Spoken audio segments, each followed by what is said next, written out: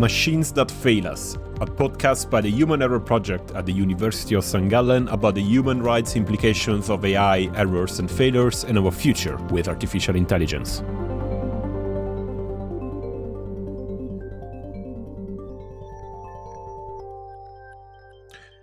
Welcome to the fifth and last episode of Machines That Fail Us. My name is Filippo Di Salvo. I'm a researcher at the University of St. Gallen in Switzerland, a member of the Human Error Project research team, and the host of this podcast series.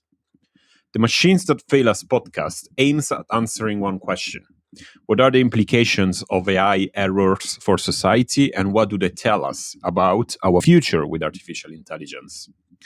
Previously in the series, we discussed where our research project has brought us in the analysis of AI errors, the role of journalists in responsibly covering artificial intelligence, and how civil society organizations are fighting for algorithmic justice. Last month's episode, instead, started a discussion about the future of AI and how to build alternatives to the status quo. With this episode, we will continue that conversation, trying to imagine the shape of AI to come, especially when it comes to finding different and more just ways of building AI and algorithmic systems. With this final episode of Machines That Fail Us, we will also conclude our attempt to build a history of the present of AI through its errors. This approach to the analysis of algorithmic technologies, that also inspired the Human Error Project, comes from the work of researchers Claudia Aradão and Tobias Blanke. Quoting Michel Foucault, they propose that by looking at the notion of error when analyzing controversial technologies, it is possible to actually see how, and I quote, it becomes a problem, raises discussion and debate, incites new reactions, and induces a crisis in the previously silent behavior, habits, practices, and institutions. In sum, if we use error as a lens to look at technology, we may also get a glimpse into our futures. It is with this spirit that we looked at AI errors with our projects and this podcast as well. If AI is erroneous, fallacious, and prone to discrimination, it is time to see where this consciousness can actually bring us and build a different future out of it. This is the task of this specific moment in the history of the technology.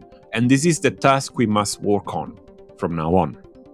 In particular today, we will focus on the business and corporate technocultures of contemporary AI, trying to see if a different approach than the one of big tech and Silicon Valley could be at the core of our AI futures. Today, we will hear from someone whose work at the intersection of geopolitics, emerging technology, policy, and human rights can offer important insights about what our future with intelligent machines must and must not look like.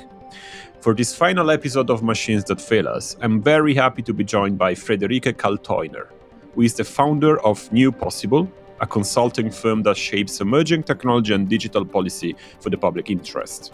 She also serves as a senior advisor to the AI Now Institute, where she leads the Institute's strategic engagement on Europe and global governance. Overall, Frederike is one of the most respected experts in digital rights and technology policy, and an excellent voice to discuss the future of AI with. Frederike, it's a great pleasure to have you with us on Machines That Fail Us today. Thank you so much for having me. Good to be reconnected. The first things I would like to ask you is really about what AI errors mean to you and how do they are becoming so central to the debate around AI. So we know now from research and journalistic evidence that AI errors are there. Intelligent machines will do these mistakes, will malfunction, will have discriminatory outcomes, all these things. And we have been discussing this for a while, both in the academia and in civil society and in journalism. And I wonder whether you have the feeling that there has been like a learning curve or that there is more awareness also in the business around these issues. And is the debate actually moving forward somehow? Mm-hmm. I think that's a really excellent question. At the end of 2021, I edited a book called Fake AI. And the book was about AI hype, AI snake oil, and AI pseudoscience. And the motivation behind that that writing that book or editing that book was that we put a lot of emphasis on, if you may want to call it, AI errors. So shortcomings, limitations that are fixable or mitigatable through either law or technical fixes. And while that is true, the bigger question is that I felt at the time didn't get enough attention is there are inherent limits to what different AI techniques can do in the first place. So if we use AI to solve problems that AI is just fundamentally ill-equipped to solve, there's no point in talking about errors. We should be having a debate about red lines, about not using AI at all. So that was the intervention that I felt was needed. And I still think to this day, there's a real genuine lack of understanding of the inherent limitations of what AI can and cannot do. So have we made progress in the debate? I would say mostly no, but maybe a little bit less. What I find really fascinating is that we're still very much in the midst of a massive AI hype wave. NVIDIA, the chip maker, I think is just now the more valuable than Microsoft was in the news today. Yeah. We're still very much in a hype wave. And what is really peculiar about this hype wave is that the debate has been reframed in many ways. So this is no longer the same debate that we had in, let's say, 2021 or in 2018. This is a very different debate. So there are now debates about safety to an extent that just wasn't the case a few years ago. I think there's also been a real shift in that I speak a lot to politicians, to policymakers. When people say AI today, they mean generative AI, and within that, they mean ChatGPT. So this is what the debate is all about. And of course, the word AI means much, much more than that. So that's a genuine shift. And I think that's a real problem because the assumption or the unspoken assumption, and sometimes very much spoken assumption, is that within this very specific domain, yes, progress has been made. But I think the biggest shift has been that the capabilities of AI, as well as the shortcomings, are now widely accessible to people. People can use chatbots and test them and get an essay written, but they also very much see AI making things up and the errors and the fake citations and the now called hallucinations, etc. Yeah. So this is the first shift. What I realize in conversations with policymakers at the moment, which is quite frustrating, is that the hype is so strong. And this is why I think I'm a bit critical of the errors framing. The hype is so strong. The idea is that, well, of course there are errors, but these are just temporary glitches in the system that we will eventually be able to fix, that regulation or just improvement of AI will overcome. And I think that's just simply not the case. And so in that sense, to answer your question very quickly, is that we haven't made much progress. There is still no widespread knowledge or understanding of the inherent limitations of the things that various AI techniques are simply ill-equipped to do. Yeah. And you mentioned hype, and definitely there has been like a storm of hype since the release of ChatGPT and all the other versions that follow. And hype is, of course, inherently part of the big tech or the Silicon Valley jargon and way of framing technology that, as you were saying, will improve itself. We will fix things by simply making the technology better, by having more data. And my feeling is that this wave of generative AI came in while we were still processing some of the issues that the big tech approach to the web and social media has been brought up. And now we need to also face the same issues with intelligent machines or whatsoever. So why, in your view, is the big tech approach, at least to the building of AI, somehow problematic? And how is that connected with the previous problems we are still facing with social media, for instance? So I think before this current hype wave, when we talked about AI in like regulatory discussions, the conversations were mostly about machine learning techniques, sometimes automated decision-making systems. So that was the debate, and you're very right. There are huge issues and problems in the automation of welfare systems, let's say recommender systems on social media. Targeted advertisement uses lots of AI, profiling, so not just decision making, but also pattern recognition, drawing inferences about people, their interests, behaviors, locations, etc. None of these problems have been addressed. And now the debate has shifted to be almost exclusively about generative AI, and even within that, just about large language models. Yeah. So here's the problem. I think a general problem in regulatory debates about technology is that the debates have become very, very fragmented. We talk about platform accountability, the Digital Services Act, we talk about data protection, we talk about AI regulation, and these are all important issues that are treated as completely separate. However, that obscures the fact that the companies that are, many, not all, but most of the companies that are currently profiting from the generative AI hype wave are the very same companies that are also dominating debates about platform accountability. A few weeks ago, and I keep on citing this because I found it really fascinating, The Economist published an article called "Who's Getting Rich of the AI Hype?" Oh, yeah. And they drew a very clear distinction between AI at the application level, the model level, the cloud infrastructure level, and the chip manufacturing level. And it was measured in terms of market capitalization, which of course is an imperfect way of measuring that. But it's really fascinating to see that, yes, there are many AI applications. There are also many AI models, but where the vast majority of money is being made is when it comes to cloud infrastructure and chip makers. And there you have Amazon, you have Google, you have Microsoft / OpenAI, and you have all kinds of, let's say, new corporate arrangements, partnerships that avoid direct acquisitions, but that are, that definitely raise flags for competition authorities. A sentence that Amber Kak and Sarah from the AI Now Institute often use that I find really useful in this context is, in the current paradigm of building larger and larger models, there is no AI without big tech. So we should be really careful that this entire reframing of the debate to be very narrowly about generative AI happens to be in the very interest of the companies who also profit from it most. And that's the problem. So a key problem is concentration of power. For a lot of reasons, and I can explain why. I think a concentration of power is a problem because many of these actors have proven themselves to be irresponsible, unaccountable over the last decade. That's one reason. The other one is it leads to dependencies. It leads to single points of failures.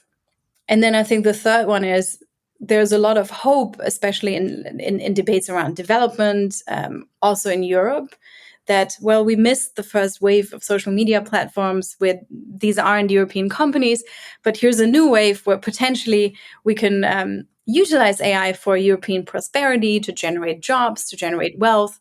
However, there are real questions if the supply chain is so concentrated and most of the money is being made not on the application level, but most of the money is being made by chip makers and cloud infrastructure providers.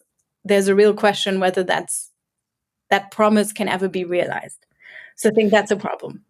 Yeah, I'm glad that you mentioned Europe, because my colleagues have been doing interviews with entrepreneurs in Europe who are trying to build, if not alternative approaches to AI, at least something else than the AI we are getting from California or China.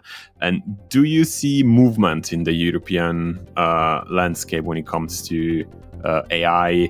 And you mentioned that concentration of power issue, which is definitely probably also affecting how the business is done in Europe. Do you think there is space for a solid European alternative to AI?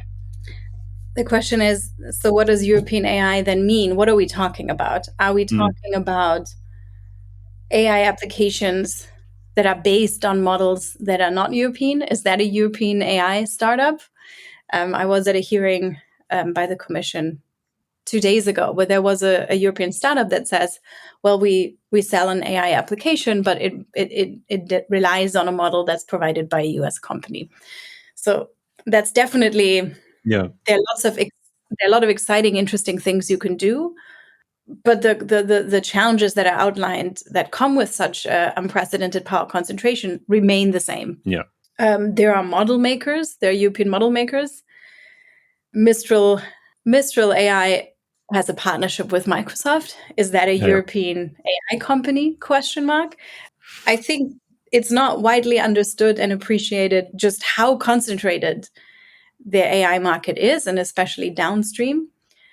And as a result of this, it's excruciatingly difficult to build genuine alternatives. I was wondering whether there is at least, like, I don't know, maybe more in the underground or in the like more real alternative space, a cast for something different. At least, like, we don't necessarily need surveillance capitalism. We don't necessarily need like data scraping from the internet. Is there maybe, I don't know, a Wikipedia of AI, I don't know, something like that, coming out from the real alternative tech ecosystem in Europe? I think the question here is, what do we mean by AI?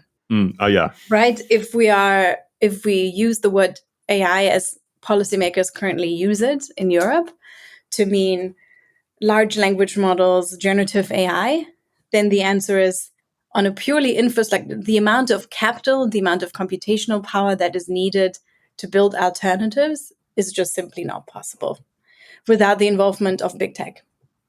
Okay. But the more interesting question is, that's just one paradigm. Is that, who says that this is inevitably the future of AI? And because building large models takes so much energy, there are also some real questions as to whether this paradigm is ever going to be compatible with other goals we have in Europe, such as sustainability. And there has been probably a missed opportunity with the AI Act in that. So the AI Act was supposed to be like a general framework for human rights and in the era of AI. And I think partially it is so. I mean, what has been approved is solid and important, but to many it has been criticized for being little more than a product security law, and some organizations have been going in that direction. Do you think that is the case? Is it like a real missed opportunity to kind of lead the way for Europe in like designing the future with AI, or is it too narrow way of looking at issues? I'm really concerned by the way in which the AI Act is currently being trashed as the reason why we don't have national AI champions in Europe is the AI Act. And that's just simply not true. The AI Act was never going to solve any and all problems, and it definitely has significant shortcomings. So if we take a real step back, the question we should ask ourselves is, what kind of technological future do we want in Europe? What should this look like, and what does it need? And that requires thinking much more broadly about, I think, values, right? What do we want for Europe in terms of, let's say, labor rights, worker rights, welfare, social protection, etc. And then working backwards from there to say, okay, so what kind of digital public infrastructure do we need? What kind of digital public goods do we need that serve these interests or these values that we have articulated? And I think that is really exciting and incredibly important, but it requires a whole range of different interventions to get there. And I think the first one is, and I find that's really fascinating, the first one is a very realistic look at what the industry currently looks like, and a recognition that this is heavily, perhaps maybe irreversibly concentrated. Mm-hmm. Nonetheless, Europe should use all the instruments that it has available when it comes to enforcing competition and antitrust, strengthening these rules to make sure that there's any hope of a competitive environment in which alternatives can emerge. So that's one component. I don't know how successful that will be, but that has to be one part. The second one is, we don't just want any innovation or innovation at any kind of cost. So I think at the center of this, fundamental values and fundamental rights have to be at the center of this. And that means rigorously regulating and also enforcing them. So the AI Act has been criticized for failing to protect especially migrants at the border, but also in the policing context. So my question is also, what does a European alternative look like when we fail to protect the rights of those who are most vulnerable? But nonetheless, we have the AI Act now, and now the question is, how will it be enforced? And the same for the Digital Services Act, the Digital Markets Act, all of these laws, and still the GDPR, all of these laws need to be enforced, and that requires a concerted effort. And then the third element is massive investments, like massive amounts of funding for alternative infrastructures that can create a context in which radical alternatives can emerge and thrive.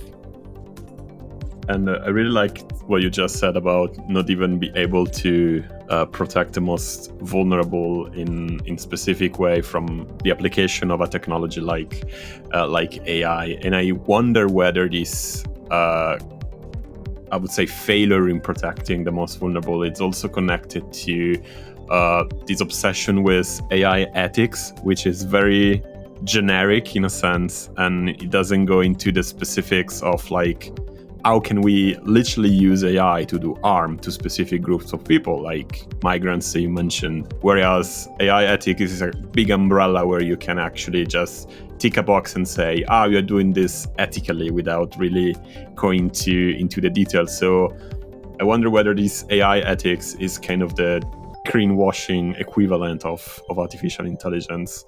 Does it make sense, or it has been like more a corporate endeavor into trying to do the right thing? The problem that we're currently seeing is twofold. So on the one hand, it's technological solutionism.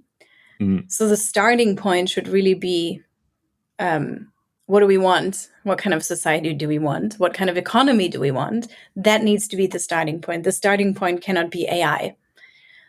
So that's the first sort of fallacy. And then the second one, and this is where the ethics dimension comes in, we cannot assume that progress is inevitable and that innovation is inevitably positive. So it needs, and I think this is where ethics sort of assumes, here's this thing, it's not just net positive, it's also inevitable. Let's make sure there's some guardrails around it. Whereas we should be much more ambitious and say, so what kind of technological innovation, what kind of innovation ecosystems do we want? And what is it? What kind of investments does it take? What kinds of guardrails does it take? But these guardrails can't just be ethics. They have to be enforceable to truly protect people. And maybe an interesting and encouraging results is emerging from the research that my colleagues have been conducting with European AI or tech entrepreneurs. And some of the results they came up with is that people were actually trying to use or build AI for a specific task and ended up saying, well, maybe we don't need an AI to do that, which is kind of going in a different direction of the hype narrative and the deterministic narrative that you mentioned. So maybe if we need to imagine the future of AI, which is what we are also trying to do with this Machines That Fail Us podcast, maybe some part of the future building that we need is saying, well, maybe we don't need an AI for that, as we probably didn't need an app 10 years ago. Is that like potentially something that should be more pushed forward in the debate? 100%, because there'll always be risks. But the question is, do the benefits outweigh the risks? But in order to do that assessment, we need to know what the benefits are. But at the level of abstractions at which we are currently having this debate, we can't even engage in these questions. So again, like in these UN discussions, we have like, AI will revolutionize education. You're like, what do you mean? Like, what are you talking about specifically? What exactly is AI going to do in the education context? Yeah. This is like, we don't even go there into the details. There's just like a general hope that AI will lead to the achievement of the sustainable development goals, to economic growth and innovation. It's just like, but what are you actually talking about? And oftentimes the hope is sort of like efficiency gains. It's better information, better insight, but then like better business intelligence. But whether these promises actually hold true are very, very context specific. And you're right. And then in a context, you may find out that in this particular context, there actually are no efficiency gains. Or the hope that companies had that AI would help them with their business intelligence actually doesn't hold, because there are so many problems with hallucinations and making up facts, and that a company has to spend such inordinate amount of sort of double checking that it's not worth it. So, but that's a lot more boring, a lot more mundane than like, let's just throw AI at the problem. Yeah. But maybe to be a bit more sympathetic, I think we live in really difficult times politically. Far right just won in the parliament. There isn't much economic growth, and a lot of hopes are being projected onto AI. Yeah. Which is a problem when then AI is so heavily concentrated in the hands of a few companies who are already the richest companies in the world. And my last question for you, and it's something I've been asking to all the people I've been speaking with for the podcast, is try to imagine the future. I know there is way too much kind of inclination and future trends and future shock, and let's see the future of AI in 10 years and all that. And we definitely don't want to do that.